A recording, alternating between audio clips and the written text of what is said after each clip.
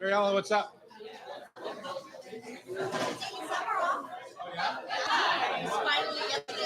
It happened? Happy or sad? I'm happy. I'm really I just don't like them. For somebody, Porter.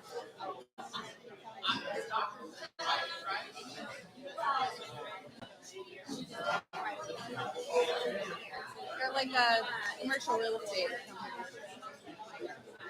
And then the concept was the 6 that got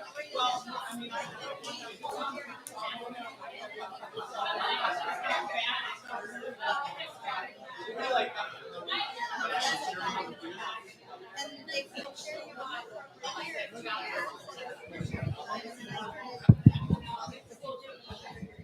yeah, that's what happened. It was good. Good morning, everyone. Cam, am I up and out? Cam, where's Cam? I don't want him to be a thumper. Yeah, totally. Cam, are you with us this morning? Okay, good. Let's stay there then. Good morning, everyone. Welcome to the Hot Stove Society and our weekly radio broadcast, both terrestrial and online. You are being filmed live on YouTube right now, so if you don't want to be on YouTube, you should move your chair. Taylor's here doing a little social media. I don't know if she'll post anything or not. Usually she just wants pictures of me. She's just here for breakfast. I don't really perform well without paparazzi. We have restroom facilities down this hallway, 6143. 6134. 6134. And it's written on the side of the door. And I can write it on your hand if you choose. Everybody's like, I need a pen. 6134. And it can be tricky, so don't wait to the last second. Because there's only 2 bathrooms and there's about 25 of you. So just letting you know that. As you get older, you'll understand what I'm talking about. Or pregnant. Yeah. Is that the word? Then you just pee your pants. They just pee your pants. No, she's not pregnant. No. Never again. How many babies do you have now? 3. 3. Adonis, Athena, and Hercules. Sure. Cam is over on our technical side today. Becky's in the producer chair. And we are about ready to go, are we? And it smells so good in here. Special welcome to the Backpack folks. I really appreciate you guys being here. For those that are not a part of Backpack Brigade, we have an event immediately following the radio show to benefit an organization I'm on the board of called Backpack Brigade. And you will hear about it on the show because they're going to be a guest on the show. But we have a whole front row of people that have supported Backpack and wanted to come join the show as well. Yeah, so, and apparently there's some people who like spicy peppers. And spicy pepper I wrote people. a beautiful recognition of this book that got chopped to hell. I'll just say on the back here. I don't even recognize it. I wrote a beautiful poem, and I guess it was too long, and too thoughtful is my guess. Anyway, got chopped to hell. You still have the original version? I do. Yeah, you can probably sell a few books with that original version. Oh, Cam's dialing it in. So this is our YouTube cam here, and this is our YouTube cam there.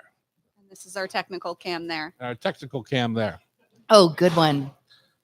Oh, yeah. If I had said that, yeah. Welcome to the Hot Stove Society show on Cairo Radio. I hope your mother and my wife is listening over in Prosser, Washington at our farm. Picking strawberries. She and Carmen tend to dial in when they're over there and we're over here. So hello to Prosser Farm from us here at the Stove Society Studios. We are in the Hotel Andra in downtown Seattle, 4th and Virginia, a beautiful hotel that's right above. It's the building that Lola is in, actually, and we are going to have to end here at the Hot Stove, and we're going to have to see what's going on. You know, not to get all negative or anything to start the show, but there's this new city council hotel tax that's coming up here on us in July, and I hope we can stay here. Oh, yeah. Tell us about that tax. It was actually passed several years ago. By Ms. Sawant, correct? I don't remember. Yeah. It does a lot of things, but it increases the required healthcare expenditure for hotel employees, as well as adds some safety protections for hotel employees. But which I largely think, more support. safety protections are a good thing. But it loops in what are called ancillary hotel businesses. So those are businesses that operate within a hotel, have to comply with the same regulations as the hotels do. And the hotels have been doing it for a few years now, and the ancillary business piece is just phasing in this month. So it's expensive. And just for example, I mean, it's not like we don't offer healthcare, but it's a different thing. It's like they set a healthcare expenditure number that is just for example, very there's high. only It's 3 higher restaurants. than what it would cost us to just fully cover our plan. Yeah, there's only 3 restaurants in town that have to deal with this. Yeah. One is ours. It's $36,000 a month Oh my. tax on Restaurant Lola and the hot stove. So we'll have to see about what happens with that. Wow. It's been on our radar for a little bit, and now it's a reality. It's coming, and whether or not we can stay open or not is another question. When you do buy tickets here at the Hot Stove, you can enjoy a beautiful hot breakfast. I know they're back there busy making it right now. Beautiful ham and cheese crepe with mushroom gravy by the Mushroom Gravy Gods Mushroom Rub. Mhm. And a fried egg. And a fried egg and a fruit cup. So it's good tasting, good food, and hot coffee. On today's show, you can, upcoming classes here at the Hot Stove. That's what we do. We do public classes. Sometimes corporations buy us out and do team builders or things like that. But today's, the class is coming up after today, Hawaiian Poke Bowls from Chef Rashida Rosli on June 27th. Fire and Flavor, the World of Chilies with Chef Nico Caballero on the 28th of June. And Sushi 101 with Chef Annie Elmore. She's multi-Asian background, but I don't think any is Japanese. I still want to take her sushi class. I know she's really good at it. So that's that and more at hotstovesociety.com. On today's show, we're going to talk a little bit about steak because it's getting to be that summer grilling time. Probably not getting to be. It is that time. We're going to have a sunny week ahead of us here. Mm-hmm. Bob Donegan, I did the classic speak before I think move. Mm-hmm. It must be 6 or 8 weeks ago now. Right. It was before I went to Europe. And I said something about Ivers either being here or not being here in the near future. And I was full of baloney, apparently. So Bob is coming here to tell me how stupid I am. Straight. He's the president of Ivers. And, it's so easy just to call Bob and say, hey, I heard this. Is this true? And then I wouldn't have had this problem. But no, me. Got to spread the rumors. I'm not really a rumor guy. But No, you're for not. some reason, Yeah. that one just kind of stuck out to me. If you want. Yeah. Anyway, I was wrong. Well, the good news is he's going to come on the show. Yeah, exactly. Yeah. We're going to talk about it and the iconic seafood joints that Ivers are, and also their kind of burger joints. The little, what's the name of their burger company? Kid Valley? Kid Valley. I think they still own Kid Valley. I don't know. Is that We're another gonna find rumor? out. Yeah, no, I don't want to talk before. We dig in the Father's Day menu. Howard Lev, founder and owner of Mama Little's Peppers, is here to discuss his new book, A Pepper for Your Thoughts. We've seen them everywhere. I saw them at Costco the other day. Just a little pallet of peppers. Casual little pallet of peppers. Mm-hmm. And you see them around the country and all over the place. They're delicious. And he's going to tell us about his new book, A Pepper for Your Thoughts, with an S, the thoughts. Nichelle Hilton is here, founder and executive director of Backpack Brigade. We do this annually. Today after the show, some people are going to stay and hang out with us. And we actually got involved as a radio show group and doing this event through Thierry. And so this is our 3rd annual event. And Thierry emceed it for a year and is the one that brought me into kind of the backpack fold. And you're talking about Chef Terry. Chef Thierry. Our pal who's passed on. Yes. And so we're super excited and I'm honored to be on the board. And it's been a really fun year working with them. So. And this is the one where I cook with the kids, right? So yeah. And you cook against Brock and ET this time. So we'll see who wins. I mean, is there any question? What's our media? Who's from the media is coming today? Our judging panel is Monique Minloving from Cairo 7, Mimi and Jake from King 5, Natasha from Suitcase in Seattle. She's an influencer. We have several other media folks coming. We're just putting the message out. All right. So if you ever want to know more about Backpack Brigade, stay tuned. We got 2 full segments with them today. And of course, we're going to wrap up the show with our Food for Thought Tasty Trivia Challenge. Well, this is going to be fun. Carol Taste Bausch. of the week. Taste of the week. My taste of the week actually came from kind of a not taste of the week, which is that I make a lot of stir fry noodles in my family. My kids prefer noodles to rice typically. So anything I can make that they think is pasta is the way to go. And I regularly buy those Wanhua refrigerated noodles at the grocery store. There's yakisoba, stir fry noodles, udon noodles, pan mi noodles, all of these. Anyways, I bought a substitute the other day from Trader Joe's because I was there, and I made them last night, and it really just drove home how much of a superior product those Wanhua noodles are. And I feel like How do you spell that? WAN space HUA. Okay. And they're made in Seattle.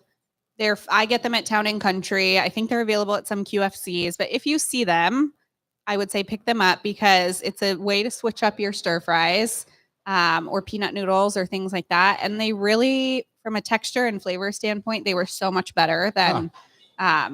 Which is odd because you're such a Trader Joe's fan, and I just don't ever shop there.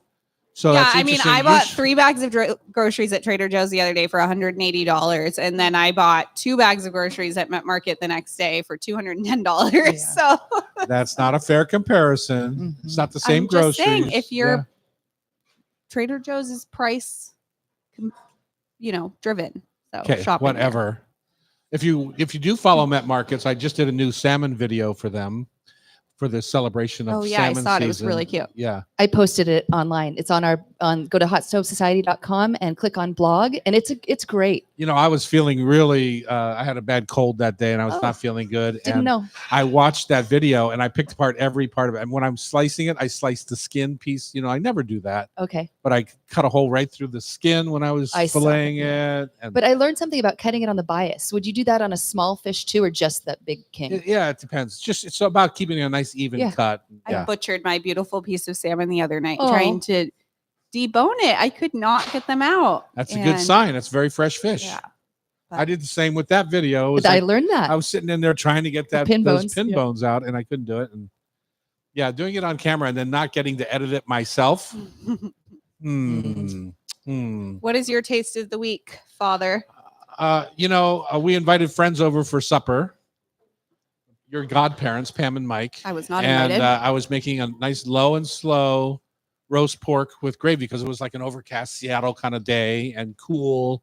And I just felt like pot roast kind of thing, but I did a pork shoulder blade roast. So when you buy pork shoulder in the grocery store, you'll often see it cut up into slices, and that's called country style pork ribs.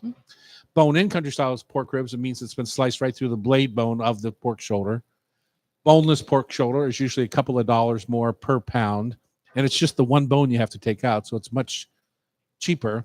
And to me, it's the best value cut in the grocery store. As we talk about prices being kind of out of control and this and that, you can often find bone-in pork butt for $3.99 a pound, and it's literally 100% usable, and it's 100% cookable. Basically, you know what that means when you say 100% cookable? It's like you can't really There's mess it not a up. lot. Oh, Oh. okay. You could cook it to, medium and it'd be fine. good You then. could cook it for 4 hours, which is what I did. It'd be fine. It's just a perfect cut of meat. And there's not a lot of trim. Not a lot of trim at Okay. all. And so Sounds nice. it's just that cut that I don't think people recognize because it's a big chunk of meat, Mhm. right? So last minute, your godparents, bless their hearts, weren't feeling well and decided not to come to supper. Oh, so you had a whole pork roast. And so the last couple mornings, your mom makes sourdough. Mhm. And she has the discard. And from the discard, she makes sourdough waffles as she, builds it every couple of weeks. So I had these waffles and I had this gravy, this lovely sweet onion gravy with this pork roast. So instead of chicken and waffles, I had pork roast, gravy, and waffles. Oh Sounds my great. God. Uh-huh. I had just slept for 6 or 7 hours overnight and I had to take a nap afterwards. It was incredible. And I ate way too much. And I'm just saying. You were pleased with yourself. I had added caraway and I was going to serve it with sauerkraut. I was doing that kind of East Middle. You gotta do something Eastern veggie for Pam. European. Yeah, whatever. Who ditches me at 3 hours before the event on dinner time? The event, dinner with friends. Well, Pam does. That's a Pam and hospitality Mike. industry Actually, it was right Mike there. that was not feeling good. All right, next up, a little grilled steak time here on Cairo Radio. I did talk to somebody who listened to our salmon segment last week, who's an experienced cook. He said, finally, someone stood up for the price of Copper River salmon. Agreed. Just pay it. It's worth it. Well, it's just one time a year, Yeah. and it's the filet So mignon good. of the sea. Yep. Yeah, it is. Respect it. On Cairo Radio, it's the Hot Stove Society Show, 97.3 FM.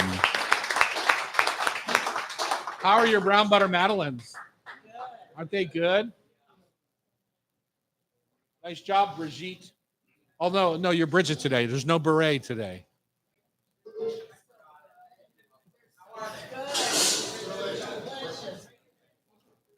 Oh, clean plate already.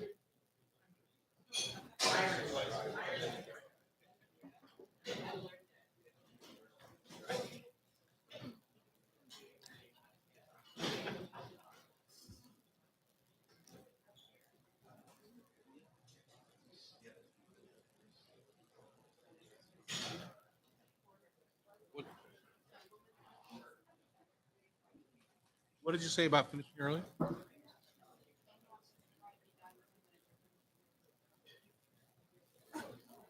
Welcome back to the Hot Stove Society Show. We've got Becky Guzak in the producer chair today. Cam over on technical. Let's talk steak for a minute. It reminds me a little bit of our episode last week, or our segment last week on salmon, as far as how to cook it. Mm-hmm. I just did my own version of Maui meat at home the other night. One of my favorite. And what is comfort Maui foods. meat? What is Maui meat to you, Loretto? So here's what I'll say. There's what's the name of the A&J Butchers up on top of Mhm. Queen Anne is where I kind of got the name from. In their cases, you'd always see Maui meat, and it was the marinated short ribs, the little thin short ribs. Yeah, I would say it's like a Korean Hawaiian style short rib. So it's cut up the long ways, so you get like the three tiny little bones in the Kalbi bottom. style, yeah. Kalbi Yeah. style. And it's like a sweet soy, sesame, green oniony, Ginger ginger yeah. marinade. But on the grill, when you put them over a really hot fire, all of that sugar in that sauce caramelizes really hard, and so you get these almost black. I like them almost. Well, they start almost black because of the Black. soy sauce. Yeah. Yeah. Kalbi short ribs, and they're crispy, and they're one of my favorite comfort. It's one of those like, things foods. you always I had just- growing up. Yeah, we always ate it a couple Mm. times a year growing up, and it was always one of those like And then when summer meals. I think that was we just had our 30th year of vacationing on the Big Island of Hawaii, Wow. and so it's something that we make every year every when time we're we're over there as well. Yeah, And now in the grocery stores, it's become very popular. So now you can see chicken legs that are marinated. Kalbi in flank steak Kalbi is really flank. common. I Yeah. think The problem with the Kalbi flank in the grocery is they run it through the Yeah. the tenderizer. the tenderizer, which is what they do for cube steaks and things Mhm. like that. And it becomes a little shabby in your mouth. It gives it a little bit Yeah. of a mealy mouth. My pro tip is that the tenderizer at Met Market is less intense than the tenderizer at Town and Country Markets. So And they both make a Kalbi flank. So the Met Market Kalbi flank is superior, if you're wondering. Whoa, Mhm. that's intense right there. Mhm. So I made some the other night, and I used your husband is the in-house attorney for Mishima Reserve Meats and Beecher's Cheese, Mhm. and I used the Mishima skirt steak, Delicious. Ooh. and which is one of my favorite cuts of Skirt. skirt. There's both the inside skirt and the outside skirt, and it's either one is fine by me. And then you could also substitute the hanger steak. What is that? I've never seen Rashida with the hair down before. It's like, oh my God, who is that?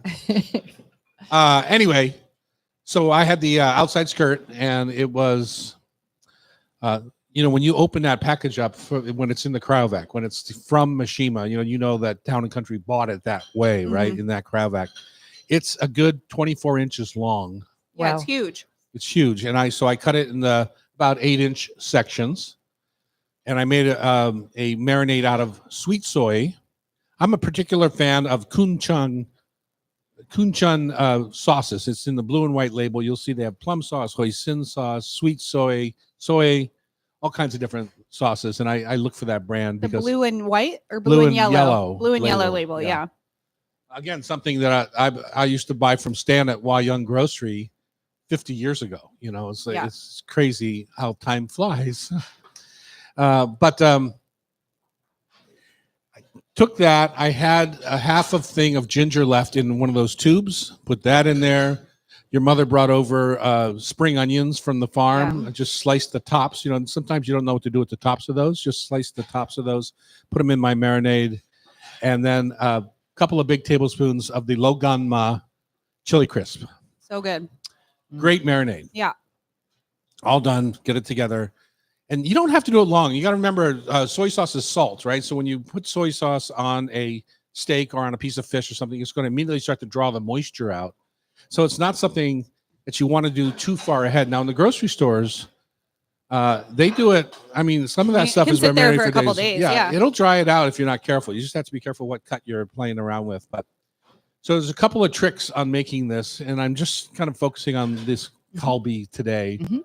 because you could do it with a New York steak. It just doesn't get to the center of the steak very much as it does We're on talking a thinner summer steak, though. I feel like Calbee is a perfect summer steak application great that on is a- maybe less common than just Yeah, but if you're making Thai beef salad or something like that, Yeah, it's perfectly same thing, delicious yeah. on Mhm. something Yeah. of that nature. Or a green mango and fresh mango salad combination with this kind of sweet.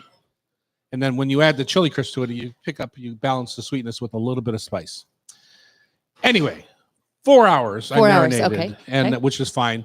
Here's the difference between the salmon that we cooked last week Mhm. and the steak we're cooking this week. On the salmon, if you remember, I said, or maybe I said it on the video I did, I can't remember, but I want to work the edge of the heat line. So in my kettle, I put my fire to one side, Mhm. okay? And unless I'm doing like a big round of steaks or something, I put my fire to one side. Now with the fire on one side, I can slow roast a duck, a chicken on the other Mhm. side, a prime rib of beef. I can do all sorts of roasting. That fire just stays over here, and the protein stays on the other side. Mhm. With the salmon, I want to work the edge, the fire edge line, because I want a little bit more intense heat, but not too much. I don't like the flavor of the burnt flesh of the salmon on my grill. I want golden brown, but it cooks so fast you have to get it to a little bit hotter heat. On the steak, I want that baby blistering, right? Mhm. My skirt steak is only a half-inch thick, Okay. and I leave all the fat and skin on because that's going to cook up crisp when you cook it. But there's not a lot, but I just leave that on. And then I want that intense heat, and I want to get that all of it right on Char, that almost, char yeah. because you only have 10 minutes maybe to Okay. cook because it's so thin. If you want any sort of medium rare or rare, Mhm. you're not going to get rare if you want a crust, but you'll get medium if you are careful. And even medium well on the skirt steak, it's marble enough that it's fine. And So- so often I also feel like with that, you're slicing it. I'm most often slicing it pretty thin afterwards. So having it a 100%. little bit more well done, you're not getting that like big chunk mouthful of well done meat either. Right. So And to get the char, do you take off the marinade? Do you wipe No, it, no, or it's no. fine? It's fine to just be wet, and That's what's charring. that's what's charring it. So Yeah. okay, So that marinade is dripping in onto the coals and the smoke's Okay. coming up. it's a And good thing. that's the what's symbiotic relationship Yes. between meat and coal. Yeah. Richard could tell us the culinary term for that. What's that when the caramelization term called? Maillard reaction. Maillard. There you Oh, Becky can tell us. Wow, Yeah. Becky. Way to go, Becky. And I want to go back to one thing, the kalbi ribs. Yeah. I think we think of short ribs having to be cooked long, low, and slow because you want them to fall off the bone, Mhm. blah, blah, blah. On kalbi short ribs, where you've just got that marinated and just got that thin Korean style cut across the ribs. So these are often 1/4 inch thick, Right. maybe 3/8 of an inch is what you'll find as biggest in the store. You want to serve those kind of medium rare to medium. Mhm. And I don't think people realize that because if you take them too far, because of how long the marinade's been on there, you get this kind of tough Jerky. salty, jerky-ish kind Yeah. of meat, and you lose all the lovely moisture that is a short rib. And I think that's a So classic you really, mistake. I mean, to me, I feel like with those Calbee ribs, you really need your fire hot because if Super you hot. want it medium rare medium. I'm going to say. and you want that crust, which is the best part of Mhm. having them, like it has to be. You can even cook them medium Hot. well. The point is, you don't want to like continue. Yeah, don't just leave You don't them want to on have there. in your Yeah. head like, God, these are short ribs that need to be tenderized somehow by me cooking them a Yeah. long time, because they just end up being salt bombs and little tough jerky pieces. It's just a classic mistake. I've made it myself. That's why I Yeah, know. totally. Yeah, Yeah. that's why I know. Any other questions on steak cooking? I have one last question about skirt steak versus flank steak because I would always pick up a flank, and maybe it's because flank has a better marketing team, but skirt is often less expensive. Do you feel like it cooks in the same? Like, is it a 1-to-1 substitute most of the time? 100% 1-to-1, 100% less expensive, 100% is good or better than flank. Okay, It's more great. it's more fatty and gonna marbled try than it. flank. And here's the other thing: when people say, "What cut do I buy for my grill?" And I saw this in Europe all the time. You know, you see steak in Europe now. It's like rib steak, 10-ounce pieces, 200 grams is typical. You know how thin a 10-ounce rib steak is? You might as well buy a skirt steak. Okay. And it's just you can't get any sort of color on it without overcooking it. And that happened over and over at our table because some of the guys I was with only are meat and potato guys, and that's Okay. a problem. All right. I'm So if going you're for going to skirt go, steak. you're going to do that. I cut a double thick New York and cut the New York in half vertically, Okay. so that you end up with a 1.5 to 2 inch thick New York chunk, like a baseball cut, Uh-huh. and then that's a better grilling steak than a thin steak. Okay. So even if I'm just cooking for 2 and you want 8 ounces, I'd buy a 16-ounce steak, cut it in half, 16-ounce thick New York, and then cut it in half. cut it in half. Okay. Yeah. I'm trying to think about what I want to say. Cut it in half, what direction? But if you're looking at it lengthwise, So it stays thick. Don't cut it. Yeah, don't cut it in half. All right, Bob Donegan's here. He's going to tell us a little bit about what's going on at Ivar's Restaurants here in Seattle.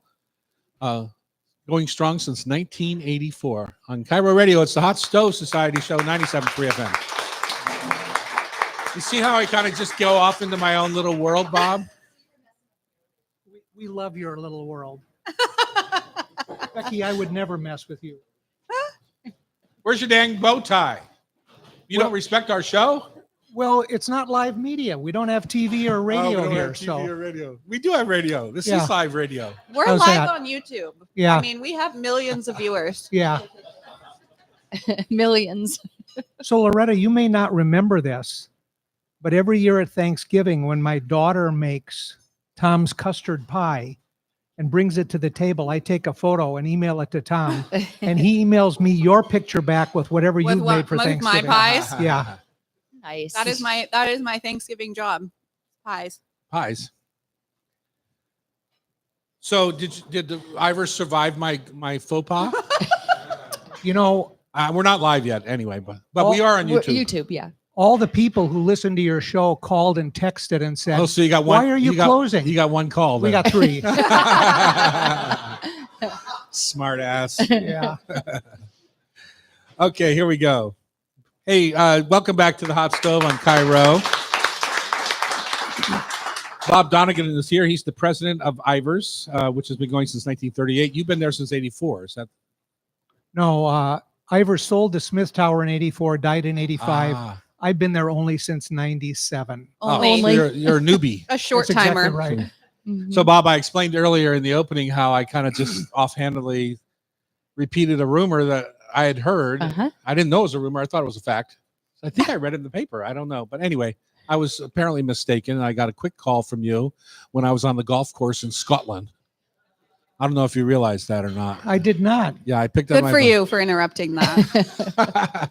Anyway, So, Tom, I think what happened, we've vacated our office on Pier 54. And that's at the gorgeous west end of the pier, 8,352 square feet. And the real estate brokers are listing that as a restaurant spot. So it's I understandable that you would Yeah. think that we were vacating. I misunderstood that. But for sure. yesterday at Pier 54, we served more than 1,000 people. Wow. So, So you know, awesome. It's you busy could on send the up some waterfront. up to me. You know, that would be just fine. You join the Waterfront Association. We'll be happy to promote you. Hey, dude, you are, I mean, it's astonishing to me that you survived what has been going on at the waterfront for all this, what, 5, 7, 8 years now, the tunnel and the You're a little seawall. light. Is it really longer than that? The environmental impact statement on the viaduct was published in December 2004. Right. But when did Construction began 15 years ago. Wow. Wow. But the construction was no issue because we figured out how to deal with that. Of the Uh-huh. 45 businesses on the waterfront, when construction started, 41 are still there. Great. But the thing that's killing people right now is the 40% of the 300,000 people who work downtown who are not coming to work on any day. Uh-huh. That's 160,000 fewer lunch occasions for you and for us. Uh-huh. Interesting. Met Grill just opened for lunch yesterday, as Good- a matter of fact. Good for Jim Rowe. Yeah, We agree. exactly. Yeah. So tell us about Ivers and the plans for now and the future. So the waterfront is thriving. You know that in 2011, when we started counting the number of visitors to the waterfront, there were 4.6 million visitors. By 2019, that had grown to 6.6 million, and then Corona hit. Yeah. From 6.6 million, we dropped to 1.2 million, 3.4, 5.6. Last year, 7,481,000 unique people came to the waterfront. Uh-huh. And then in August 29th, the aquarium's Ocean Pavilion opened. On October 4th, the Overlook Walk bridge connecting the Pike Place Market opened. And we're going to see more than 8 million unique visitors on the waterfront this summer. I have So said amazing. in my letter to the editor recently about getting that Victor Steinbreck Park open, I had said that in my mind, that overlook, whatever you want to call it, the flyover from the Steinbreck Park, the Market Park essentially, to the waterfront is the best public works project we've had in this city in decades. We It's agree. unreal. Yeah, I mean, it's really a spectacular, fun little stroll. And it doesn't matter what time of the day or night I walk the Overlook. Uh-huh. There are people there. If you're out there before 7 in the morning, you can't get onto the Overlook without a dog.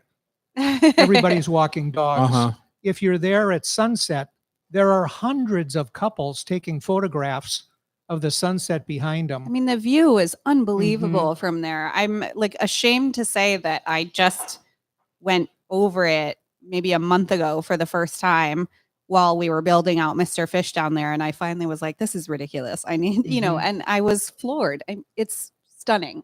They've done a really beautiful job. So when we designed the aquarium, we had Mark Reddington from LMN, whose last project was the Seattle Convention Center, do a computer simulation to make sure the view from the top of the aquarium in the Overlook Walk would see over the piers.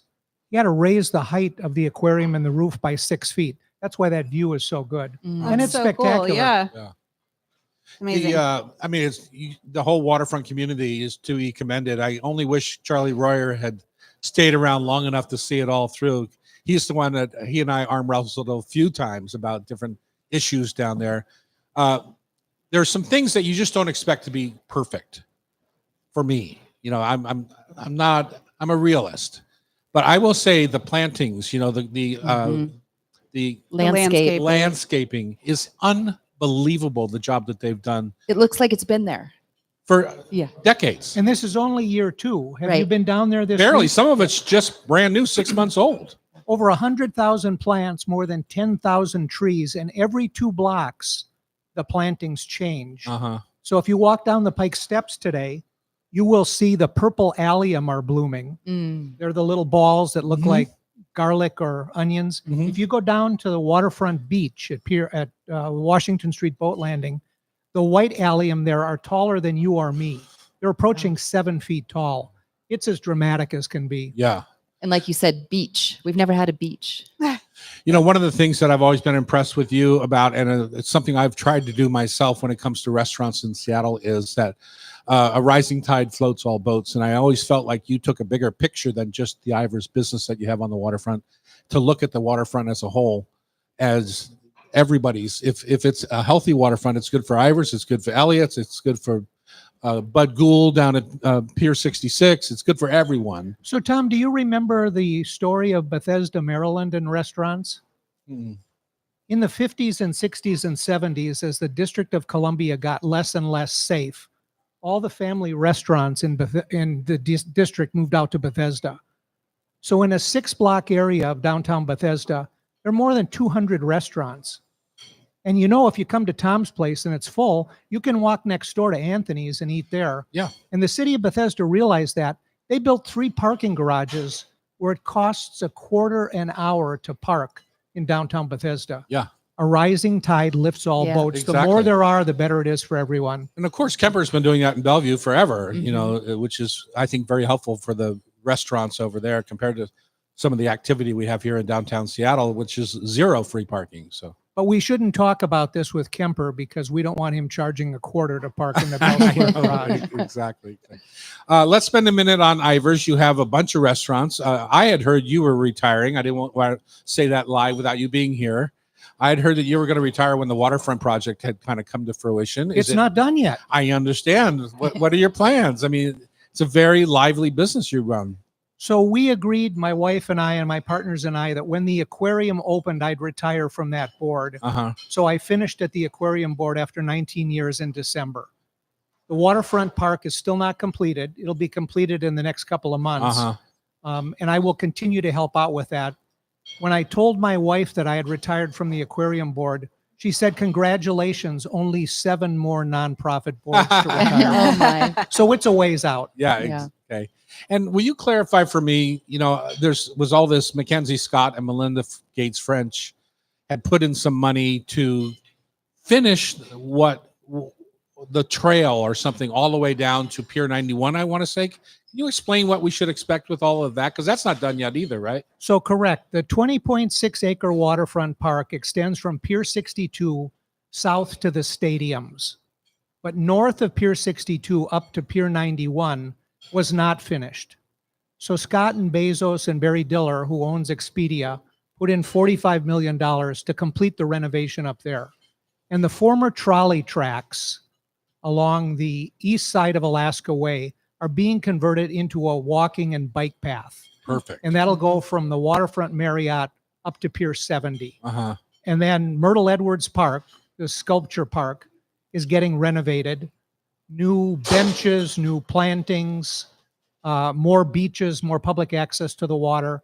And then the Port's Centennial Park below the grain terminal will get the same treatment with a new concession area, restrooms, fishing pier, shrimping pier, Uh-huh. where the Wow. existing pier is now closed. And then the Expedia campus, of course, that's gorgeous. Yeah. I know you love to run, Tom. Oh, yeah, 100%. So come to the Expedia garage in the morning, get there about dawn. Uh-huh. You can park for free in the Expedia garage, first floor, for 4 hours for free. And you run down the waterfront park. It's spectacular. It is spectacular. When I had just had the twins and had to get out of the house, that was one of my favorite walks to take. It's so beautiful. You know, the last time I fished down in that area, I was off Pier 70 and I was jigging for squid. Oh, fun. And that's the last time I went fishing, I think. And how did you do? Just fine. You know, it turns out they have ink sacs and it gets kind of messy. And was that at night? Yeah, it he was used 40 a years light ago. I and he did, attract the Yeah. Yeah. they're attracted and it's to the the weirdest light. little cup thing with these little hooks on the, not like a traditional Yeah. fish hook, but yeah.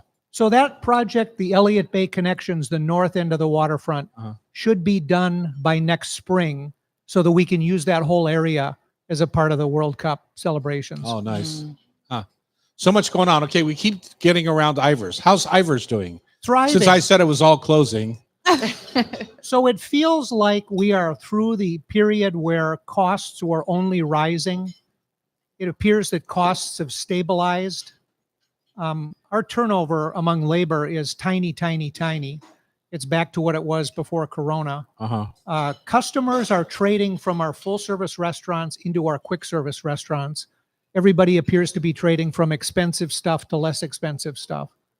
And we've just converted our banquet room on Pier 54 from a banquet room into a walk-in cafe. Mm. And the reason for that is people don't like to wait in line 60 or 90 minutes during the summer to get in. Now they can just walk in and get stuff. And it has a lower price point and much quicker service. Love that. I do Great. feel like that's the way of the world. So There's still room, I think, for that special top end, but there's not as much room as there used to be. So. And of course, as you've identified, Copper River opened a couple weeks ago.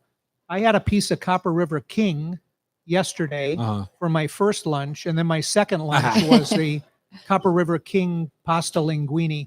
It's just so buttery and Oh. sweet Amazing. and delicious. I'm doing a class on Saturday night here, a salmon class, where we're doing species next to species outside of the river and from Copper River. And so it'll be fun to see how people react to that. So, Tom, here's the little secret. You know, salmon don't eat when they move into the river to Correct. spawn.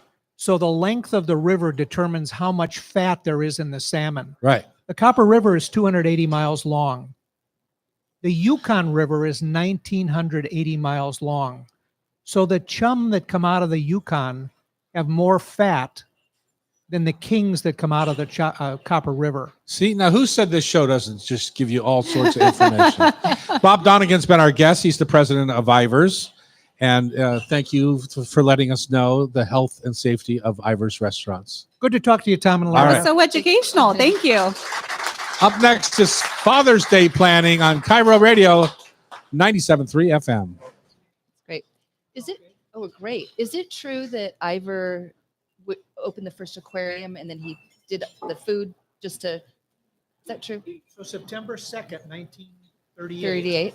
he opened the aquarium where Great State Burger is. And Okay. he knew that when people came to the waterfront, they'd be hungry. So on the southeast corner of Pier 54, where the fish bar is today, he opened the same time. Okay. You know who taught him how to do fish and chips? Rick and Terry Alger. Jack and Frank Alger, who founded Spud. in Oh, West no Seattle, way. with No whom he had way. gone to West Seattle High School. No way. That's great. You know who owns Spud in West Seattle now? Nope. We do.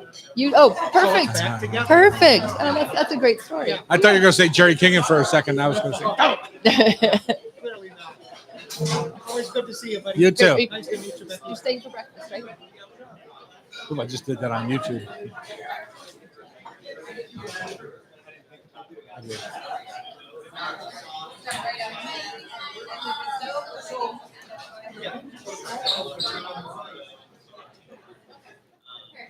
Spirit animal Sister stove. I had its brother stove. Jefferson Sadler. Ah, Where you have the two burners in the middle. We have griddle. yeah, exactly. That's a dope. I could. I just haven't picked it up. My mom died 2 years ago, and that's what inherited. Yeah, that's her on the top shelf. And the original receipt. They bought it for $260 and $53, I want to say, on a 10-year payment plan. You as well. Nice to see you. Later. I'll let you know how many people call in. Yeah. He's smart ass.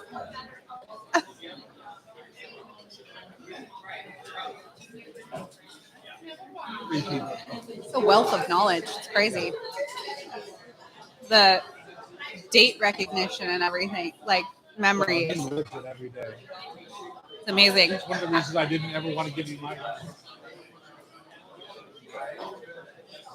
For that reason? I'm certainly became too varied to have this kind of reputation.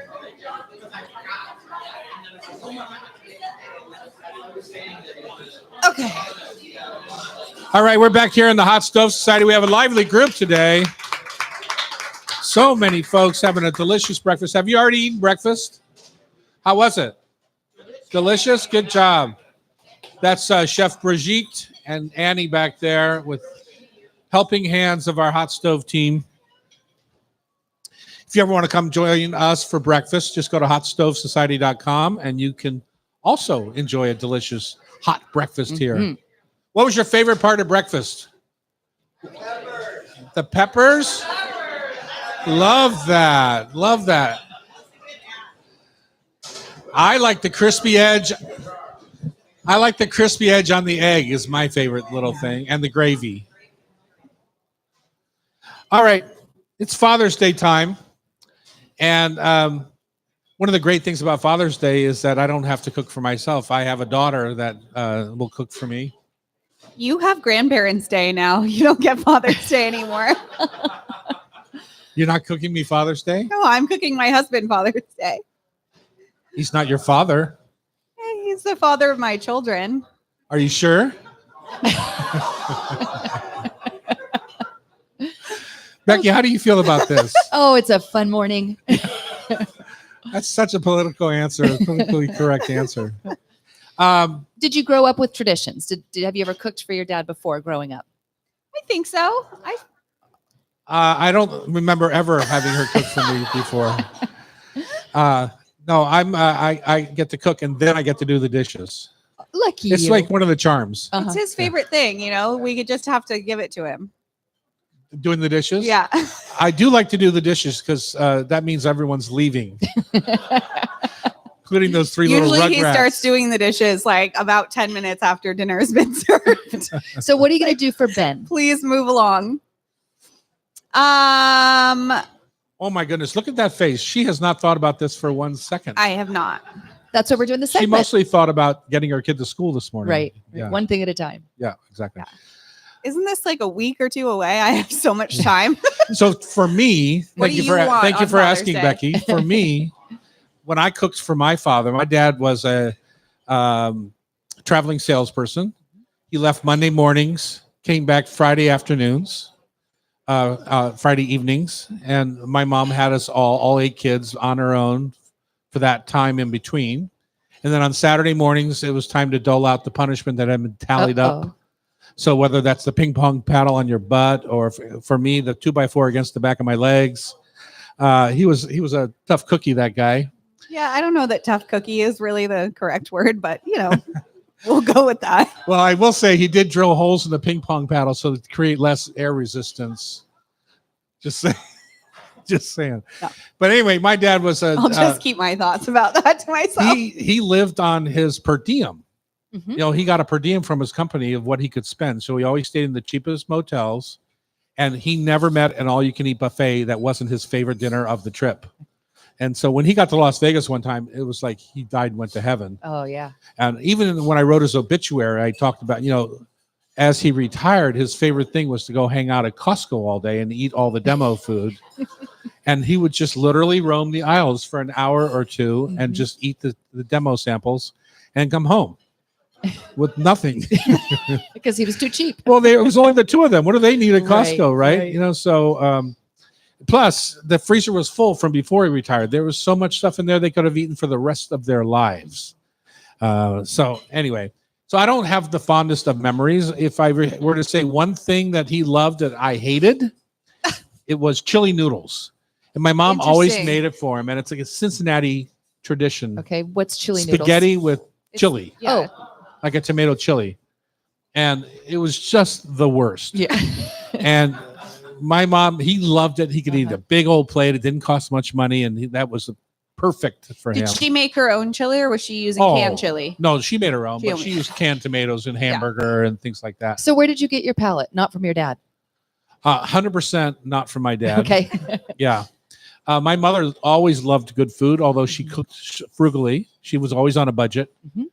We shopped on Saturdays, typically 5 or 6 grocery carts full on a Saturday, bought everything with coupons, and just filled the freezer. And then, you know, that's what we had for 10 the week. people. She meal planned.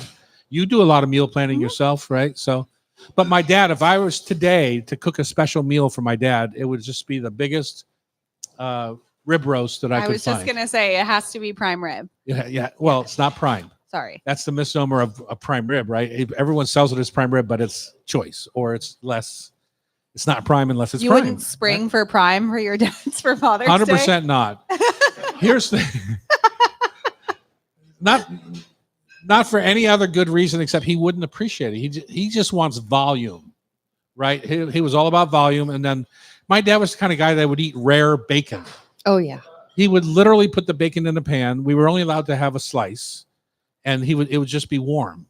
Well, Yeah.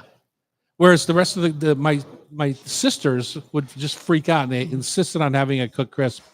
So he'd pull his out of the pan and he would cook their piece crisp. But yeah, warm bacon, and then he loved rare prime rib, or rib roast. The problem with that is you might as well eat steak tartare, right? When you have rare, when it's only getting to 115 degrees, your body is at almost 100 degrees as you sit Right. here, right? Right. Think about it. It's just warm flesh. And then on prime rib or rib roast, the only seasoning really is on the outside of this big roast. So you end up with this big, unseasoned, Mhm. raw piece of flesh in front of you. And he would just put Tuck on his little napkin Little and caveman. go caveman. Honest to Mhm. God, yeah. Mhm. And so we just didn't have the same taste in food. I was never an all-you-can-eat buffet person. Right. Well, I'm curious because I actually think that we did this segment last year and you Mhm. told me what you would want for Father's Day dinner. And then I believe that I made that. So Well, you Why can don't- believe anything you want to believe. why don't you just help me out again and say, I So- think it was salmon last year Mhm. because Father's Day happens during Copper River season. Yeah, right on the Right the on the edges edge, of Copper yeah. River, depending on, but not necessarily king, but sockeye. I often love to have a piece of salmon. I like it smoked for breakfast in the morning. I had a smoked salmon omelet yesterday at the Bay Cafe. Mhm. I love salmon. So you could do that anytime, but I like it every way. I like it on the grill. I like it steamed in a basket. I like it pan seared. I like salmon every way. If you were to say to me a more likely scenario, which is, Dad, we're coming over for Father's Day dinner, What are you making and us? you're bringing me cards by the kids and things like that, that are Yeah. more traditional, because I would prefer to cook myself. Yeah. I would be having Okay, roast I duck. just want everybody to acknowledge that he just said that because this is why when people are like, why don't you cook him Father's Day dinner? It's because I know that he would rather make it himself because Mhm. you want to do all your little things. And especially if it's on the grill, you want it your way, which is fine. But I want the people to know. You want the people to know that you refuse to cook me Father's Day dinner.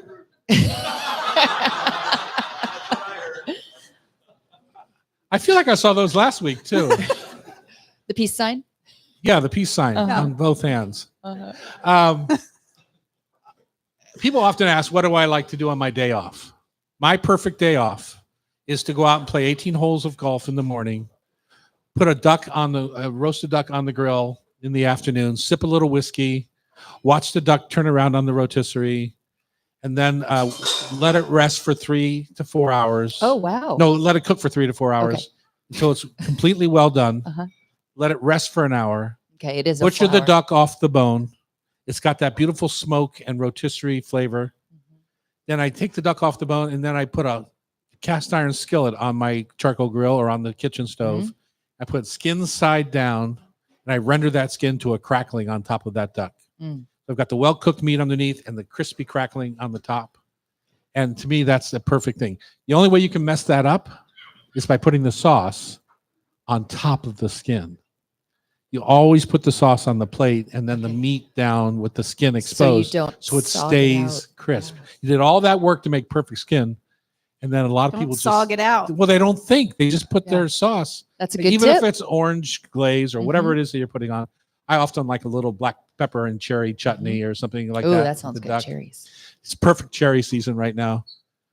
That is my idea of a good Father's Day. So don't mess it up. All right, well, we'll be there at 4 and see you then.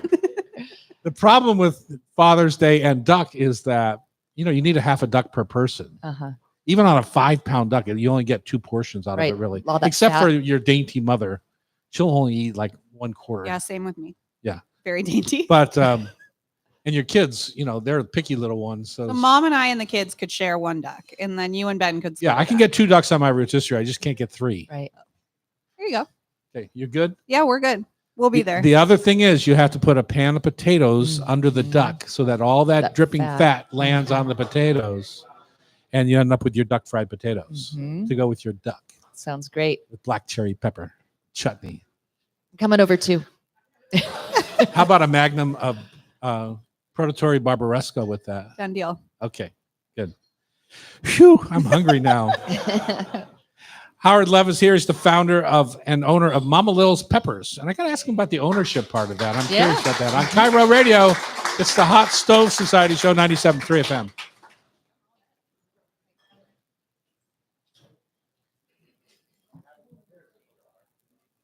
Hey, Bridget.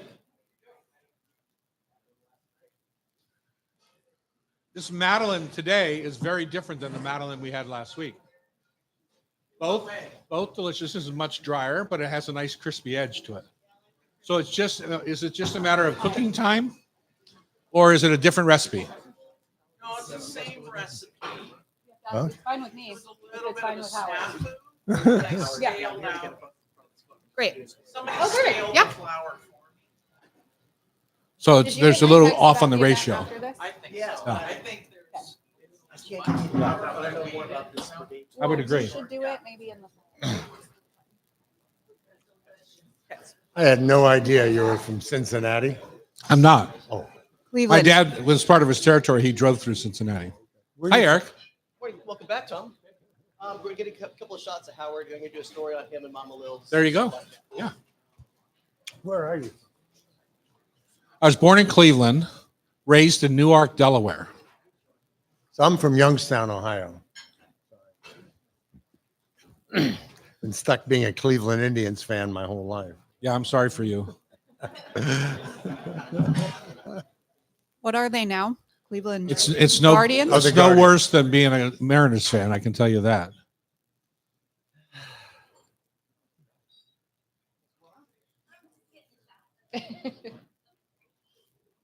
Get out of my picture. Let me just get start the show. Howard, this is an interesting thing we're going to try in this hour. We talked about this a week or two ago, Yeah. right? Yeah, I only had two. This is Essential Bakeries, a sourdough loaf, I think, that they sell. It's gassed in this bag.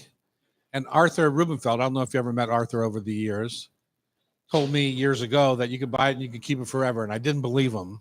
So I bought a 2-pack in, this one is from 5/23/2017. That's the Best Buy day. So this is, yeah, it's Best Buy Day. So it's probably made a year before that. Does it get better as it ages? I don't know. We'll find out. But here's the thing we're going to find out today. I tried one and I was blown away by it.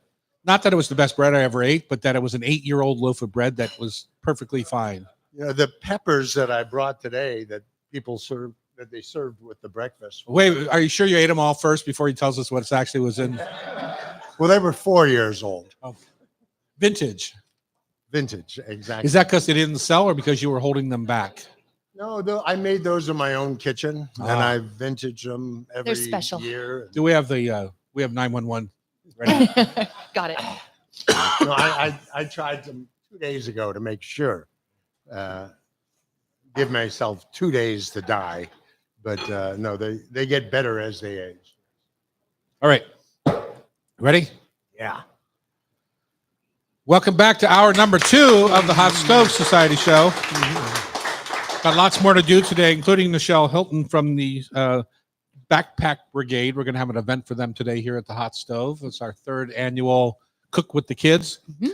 In the past, Loretta, we had cooked something out of the backpack with the kids. Are we still doing that today? We are, but we've switched up the format a little. So the bag is now like the secret ingredient Okay, that you have There to. we go. Howard Levis joined us. He's the founder and owner of Mama Lil's Peppers. He's got a new book out. It's been out for a few months now. It's got a lovely endorsement by me on the back. The book is called A Pepper for Your Thoughts: How Not to Start a Gourmet Food Business. And I'm interested about that, Howard, because it seems like you're so darn successful. How could there possibly be anything that went wrong?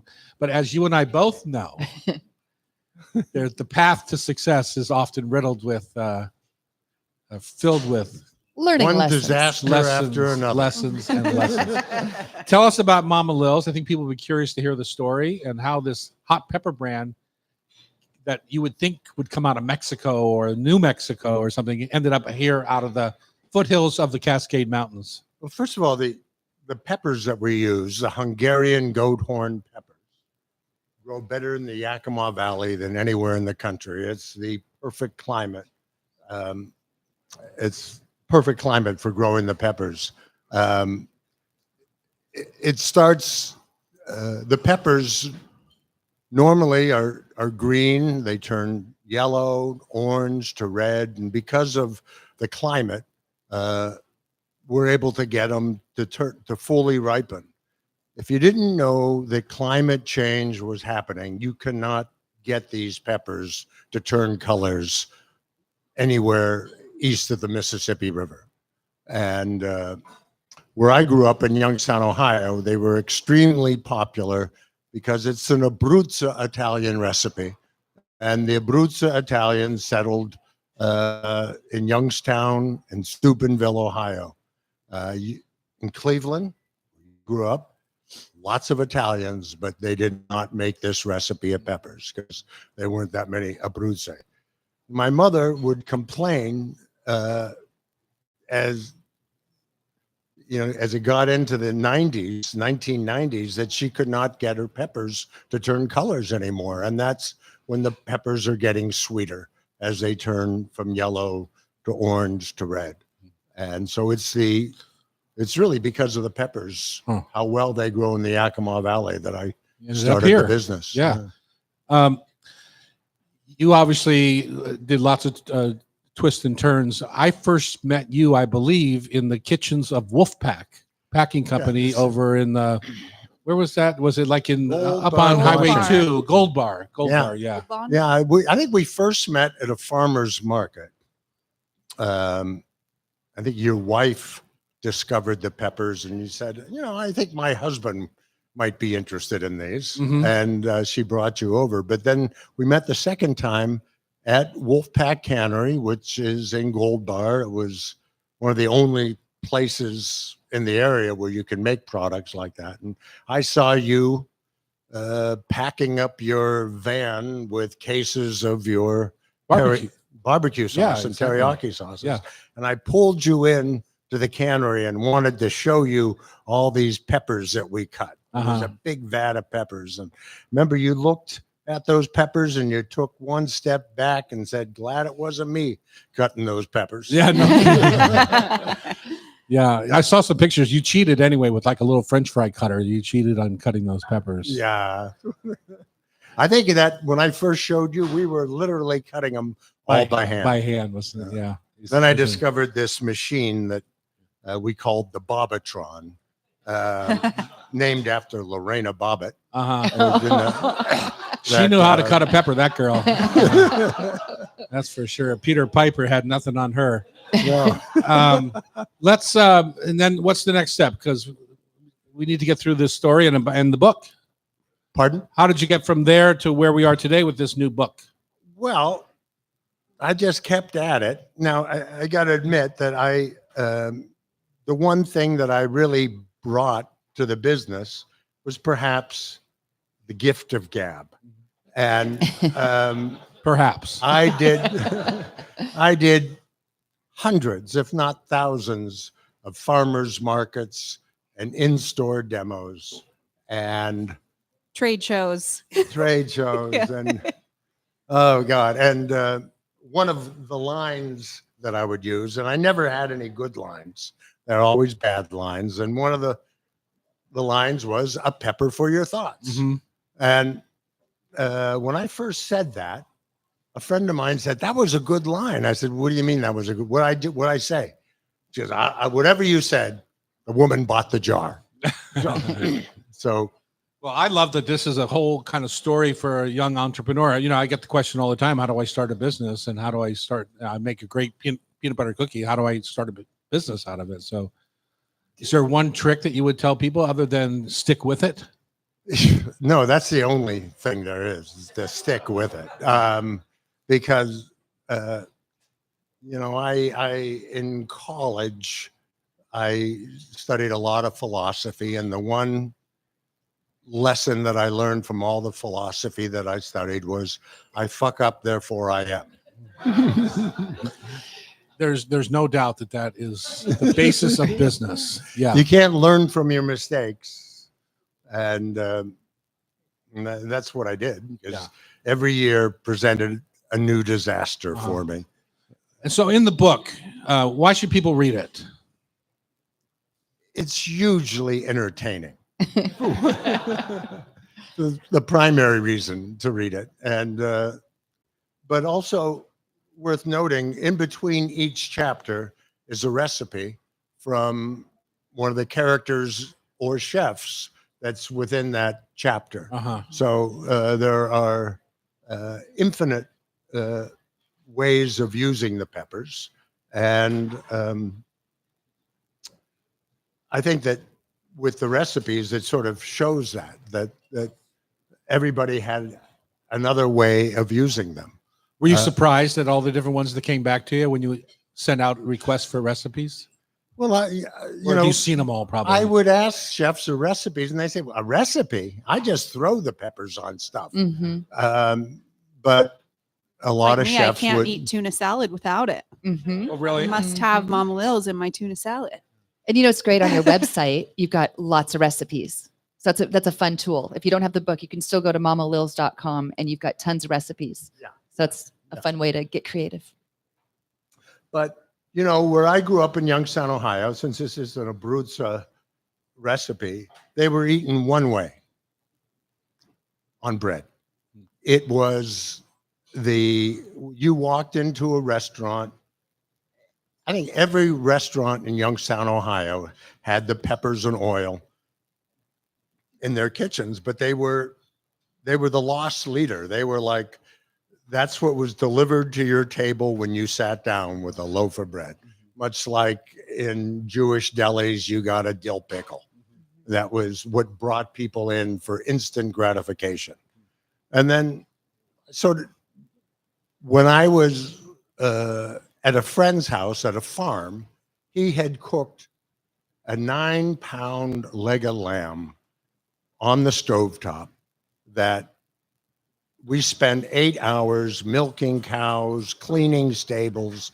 When it was finally done, we brought that lamb to the table. And as long as we had peppers to eat with the lamb, we kept eating. Yeah. The two of us ate 9 pounds of lamb.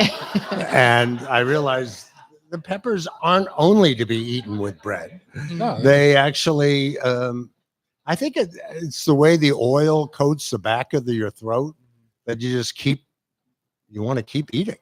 And so then I started realizing that the peppers were great on pizza, obviously on sandwiches. And what I'd hear from people, from my customers, is the way they eat them most was with eggs. So it was nice that we served them this morning with the eggs. Yeah.